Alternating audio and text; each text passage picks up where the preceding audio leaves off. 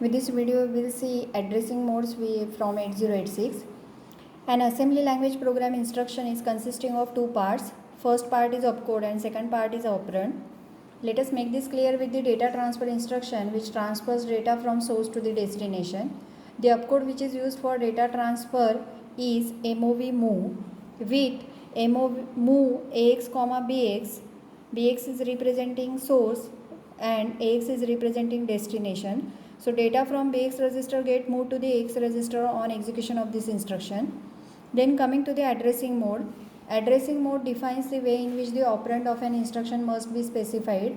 The terms which are used in specification of addressing modes are starting address and effective address. The starting address is 16-bit long. We already studied architecture of 8086. The segment registers CS, DS, SS and ES from bus interface unit are meant to provide upper 16 bits of starting address of respective segment in memory. The starting address is obtained from segment register, but the actual 20-bit long physical address of instruction or data is obtained by combining displacement with the starting address. This displacement is also called as effective address or offset.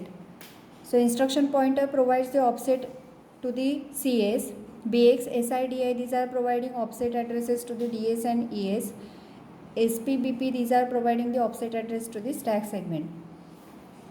Then coming to the general purpose registers, which are also used or mentioned with the assembly instructions.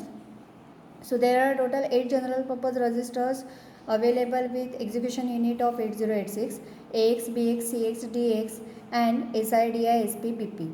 Now of which AX, BX, CX, DX, even though are 16-bit long, these are available in 8-bit form also to achieve the maximum utilization of memory, such as AX is divided into two parts, AL-AH.